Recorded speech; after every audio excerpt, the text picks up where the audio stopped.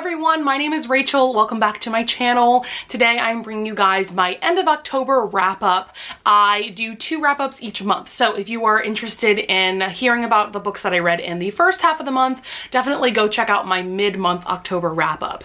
So I have quite a few books to talk about in this wrap up, so without further ado, let's just get into it. So the first 2 books I want to talk about are actually the last 2 books in a series, and that is Spiritbound and Last Sacrifice by Richelle Mead. These are books 5 and 6 of the Vampire Academy series. It was really great being able to actually finish a series this month. I feel like basically this whole year I've just been working my way through various series and I feel like there's been no end in sight, but I actually finished one. So with Spiritbound, this is book 5. I enjoyed this one. I gave this one 4 stars. This is definitely kind of a bridge book between book 4 and 6, and while I really enjoyed it, it's one of those books that I can't really summarize for you. Like, even if I were to give you spoilers, I don't really know how to summarize it. Like, lots of things happened and it went in very interesting directions. It's just kind of one of those weird books. I don't know how to explain it. The ending of this one was definitely very cliffhangery, so I definitely couldn't wait to go right into Last Sacrifice. So then with Last Sacrifice, this is the 6th and final book, I gave this one 4.5 stars. I was really close to giving this one 5 stars because I was really loving the direction that the plot was going in and what the characters were doing. It was just a really cool story. My main issue with especially this installment, I honestly didn't notice it too much in like book 5 or any of the previous books, but in this book I was pretty bothered by how Rose, who is our main character, treats Adrian. So basically, I don't think this is really all that spoilery because I'm just talking about like the relationships between characters, so this is kind of more like minor spoilers. But there's this guy Adrian that Rose is dating, but she is still in love with Dimitri, who is another one of the main characters who up until this point she hasn't really been able to be with for various reasons. And so there is a love triangle that forms between Rose, Adrian, and Dimitri, and I just feel like the way she treats Adrian isn't the best because clearly she's still in love with another man, Dimitri, and I just feel like she kind of leads him on, and then at the end there was just no real resolution to Adrian and Rose's problems, and I thought that was kind of odd because this is the ending of a series. Now granted, I know that Bloodlines, which is the spin-off series, I believe Adrian is a major character in that, so maybe these issues would be solved in that series. I really don't know, but it just bothered me that like 10 pages out from the end of this book, Adrian and Rose were having this argument about their relationship and there was just no resolution, and it just felt like a weird open end. So because of that, I couldn't give this 5 stars, but I did really enjoy it. Like I said, I think it's a very solid epic finale. There's some really cool things happening in here with our characters, and I'm definitely looking forward to starting Bloodlines in the future. I don't think I'm going to start it right away, but I'm thinking at some point next year I will read that series as well. The next 2 books I read are also a part of a series, and that is City of Ghosts and Tunnel of Bones, which are both by Victoria Schwab. These 2 books are book 1 and 2 of the Cassidy Blake series. This is essentially a middle grade series about ghosts, and there's a really cool, creepy atmosphere to it that I think makes it perfect to read for the month of October or for autumn in general. So I'm going to focus on the first book, which is City of Ghosts, for a minute. So basically the plot of this is we are centered around Cassidy Blake, and I believe she's about like 13, 14 years old because this is middle grade, and essentially I think a year before this book starts she almost drowns to death, but this ghost named Jacob saves her, and so because of that she now is able to experience both the real world and what she calls the Vale, which is the land of the ghosts. And because Jacob the ghost saved her life, he is now bonded to her and he follows her around everywhere she goes. And another really important aspect of the plot of this whole series is that her parents are like paranormal investigators and they get their own TV show. And so in this first book, they travel to Edinburgh in Scotland and investigate all the different haunted locations in in that city. And I really enjoyed this first installment especially. I gave this one 4 stars. I love the balance between like the cuteness of this story, but also it's quite creepy with the different ghosts that she encounters. I loved the Edinburgh atmosphere. I just thought it was so cool with this story. I just think it worked so well. And so then with Tunnel of Bones, then they go to Paris, and basically it's called Tunnel of Bones because that is referring to the Paris catacombs. I enjoyed this one too. I'm giving this one 4 stars as well. For me, I didn't enjoy it as much because the stakes just weren't nearly as high. And the stakes don't always have to be high, but after my experience reading this installment and just loving how suspenseful it was towards the end, I was a bit disappointed to see that like the end battle in this one just wasn't as exciting or scary or creepy in that way. But I still did enjoy it, and I loved the Paris atmosphere, and I thought that it played so well into the story. So I do highly recommend this series if you are looking for a really cute series that has to do with ghosts. And if you are someone that doesn't like to read really scary things, I would also recommend this series as well because it is middle grade, so it's not all that scary. For me personally, I kind of would have loved if this series would have been YA or even adult, because then we could have delved more into the scary aspects of Cassidy being able to access this ghost world. And I think that would have made the book and this series just better overall. But at the same time, I do think that this story works really well for middle grade, and I'm definitely looking forward to reading the next book. I think it's coming out next fall. So I did read 3 thrillers this month, but I did a completely separate video where I reviewed those 3 books. So definitely go check out that video if you haven't. I believe I titled it like Review of 3 Popular Thrillers. So those 3 books were The Silent Patient, The Turn of the Key, and Lock Every Door. I enjoyed all 3 of those books. I enjoyed Turn of the Key and Lock Every Door a bit more than Silent Patient, but like I said, if you want to hear my detailed thoughts about those books, definitely go check out that video. Another book that I read this month, I read on my Kindle, and that is Her Halloween Treat by Tiffany Reese. This is a reread for me. This is a really fun, smutty Halloween romance. I read it last year at around this time, and I loved it so much that I thought that it would be the perfect reread for me. It's basically about this woman named Joey. Her real name is Jolene, but she goes by Joey, and this guy Chris, and basically they reunite after being really good friends in high school because Joey discovers that her boyfriend that she's been dating for 2 years is actually married. So they kind of reunite through that, and they fall in love with each other, and it's really cute and really great. I highly recommend this entire series. Actually, she wrote 3 books. This one's obviously about Halloween. The next one, I can't remember the title of it, but maybe I'll put the picture up here, is about Thanksgiving, and then the 3rd one is centered around Christmas, and I enjoyed them all so much. I definitely plan on rereading the Thanksgiving and the Christmas one as well. The next book I want to talk about is If We Were Villains by M.L. Rio. I listened to the audiobook for this, and I really enjoyed this one. Basically, this is about this man named Oliver who has been in prison for the past 10 years for a murder that he may or may not have committed. But basically, when he was in college, he was at this really elite art school where he was studying to be a Shakespearean actor with 6 other people, and basically everything's all good and well until some of the actors start getting starring roles that other actors wanted. So there's a lot of drama that starts throughout the first half of this book, and then it does result in the murder of one of the actors. So basically the entirety of this novel is piecing together all of the parts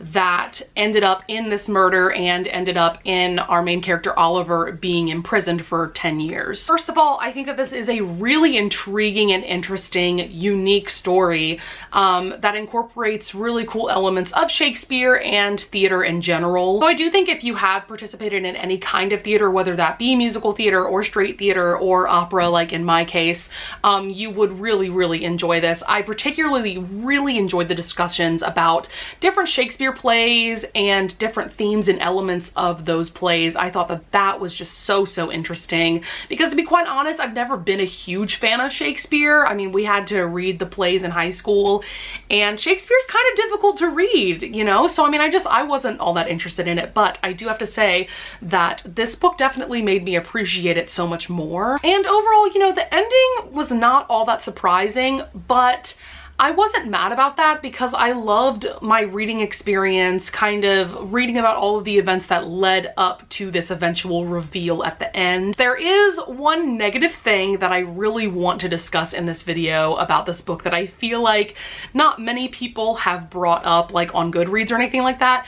So I've talked to you guys a little bit about how I'm an opera singer, and when I was growing up I was more into musical theater and straight theater, so I'm pretty well versed in acting training and theater and monologues and scenes and all of those things. And one thing about this book that was kind of annoying was how pretentious it came off. Most of the time in their conversations they would just quote Shakespeare to each other, and that just came off so ridiculous and pretentious to me, and I could definitely see where other people who don't know theater would definitely be put off by that. And I'm just gonna tell you right now that I know a lot of actors, and I can promise you that they don't just go around quoting Shakespeare or quoting plays to each other. That would just be ridiculous. It was almost constant that these characters would be quoting Shakespeare to each other. It just, to me, is not realistic. At the same time, I still really enjoyed this. I gave it 4.5 stars. I definitely do recommend it if you think that this plot would be interesting to you. The next book I read is Harry Potter and the Prisoner of Azkaban by J.K. Rowling. I have been doing a reading vlog series all about my very first reread experience with these books, so definitely go check out that video if you are interested. But I gave this 5 stars. I love this installment so much. Alright, I have just a couple more books to talk about, and the next one is Serpent and Dove. This is by Shelby Mahurin. This is a book that has been getting a ton of hype, and for very good reason. I mean, it just came out, I think this past month or in September, but everybody that I know and follow has been giving this 5 stars, and I'm giving it 5 stars as well. I really enjoyed this. So just to give you a basic synopsis, although I'm sure if you watch a lot of other booktubers you are probably well aware of what this book is about. Basically, this takes place in like the 1700s-ish, in a fantasy world that's definitely French-based, and our main character is Louise Leblanc, and she is a witch that ran from her coven a couple of years before, and so she's just kind of living on the street, and she's just trying to survive. She's got some other friends that are also closeted witches. Basically, in this society, they will burn witches at the stake because they believe all witches to be evil. And so then our other main character is Reed, who is a witch hunter, and basically in this society, the witch hunters are also in the employ of the church. So through weird circumstances, Reed and Louise end up getting married to each other, and the plot goes on from there. For one thing, I loved Mahurin's writing style and Reed and Louise's developing relationship throughout. This book gave me all kinds of Sarah J. Maas vibes, and I was so here for it. This was definitely a really addictive book for me. I just couldn't wait to pick it back up every time I would put it down. Something that I liked about this book is that even though it's definitely more about the romance and not so much about the magic system or the society, I do really like this magic system because basically, in order for these witches to do magic, they kind of have to give up something important to them. Like towards the beginning of this book, in order for Louise to conjure up magic, she has to like break her fingers in one of her hands, and that was crazy to read about. There were countless other examples of things that these witches had to give up in order to do magic, and I thought that that was very interesting and really unique. Overall, this book does read more new adult than young adult to me, and that's mainly because to me the characters just felt older, and there's also quite a bit of violence and gore-ish in this. But yeah, overall, I wholeheartedly recommend this if you are looking for a new YA fantasy. I loved it so much, and I'm really excited that this is going to be a duology. I need more duologies in my life.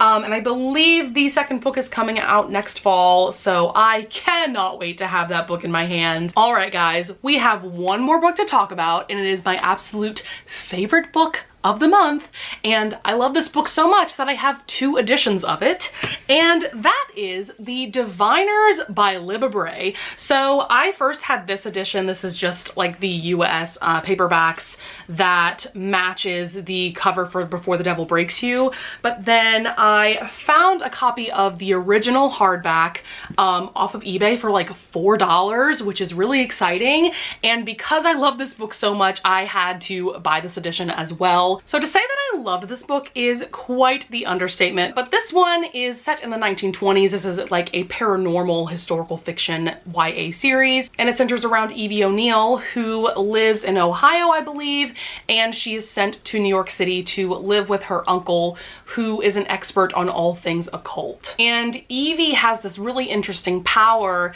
in that she can touch an object of someone's, and through touching that object, she can see the memories of that person who it belongs to, as well as tell that person's secrets. So that is a really interesting ability. And because she has this ability, she is what they call a diviner, which are these people who have these very supernatural abilities. And another important aspect of the plot of this book is that there's a ghost named Naughty John, and essentially his spirit gets released through some random person using a Ouija board and not saying goodbye, because that's like a rule of using a Ouija board, is that you have to say goodbye to like close the portal to the ghost world, if that makes sense. So his spirit is released and he starts sacrificing people to the devil for this ritual that he wants to do.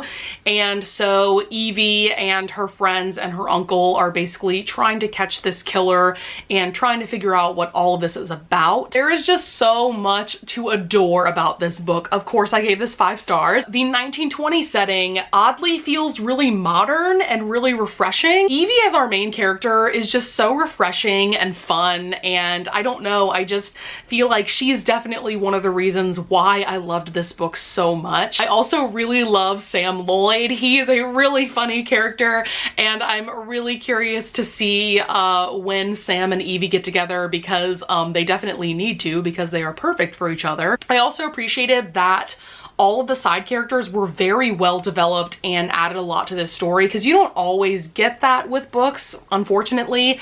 Sometimes the side characters are just kind of throwaway characters, but in this book, every character is pretty important, and I really loved that. The plot of this story was so interesting and downright scary at some points, and I think a lot of the scariness comes from January LaVoy's narration. She does a phenomenal job of giving all of these characters very unique voices, and the voice that she gives Naughty John in particular was very creepy and very scary at some point. Sometimes I was listening to this book while driving, and I found myself like sitting really forward in my seat and like really like clutching the steering wheel, because it was downright scary at some points. I'm also just in awe of how authentic the 1920s setting felt. You can tell that Libba Bray did a ton of research, and she mentions that in her author's note. I also really appreciate that she kind of educated her readers, because she included some things such as the Chinese Exclusion Act and eugenics, because those are things that you definitely forget about with the 1920s, or I feel like a lot of people reading this just wouldn't know about them in general. I do have one tiny small gripe with this book, and that is the final battle scene, which involves Evie and Naughty John. That battle could have gone on a little longer. To me, it just felt like it was a little too easily won. I mean, that's not really a spoiler, because of course the main character is going to win the battle against the villain. It's YA after all. But I just thought like it was just a little too easy for Evie to win. But other than that, I thought that this book was perfect. This is also the perfect book and series to read around Halloween and the fall season. So if you have somehow not read this book yet, I highly, highly recommend it for this time of year. I am so looking forward to reading Layer of Dreams, which is the next book in the series this coming month. So with that being said, that is going to be it for my October wrap up. I hope you guys enjoyed. I hope you would also consider pushing that like button and subscribing. And if you do, don't forget to push that notification bell button below so that you will be notified every time I upload. And I'll see you guys in the next video. Bye!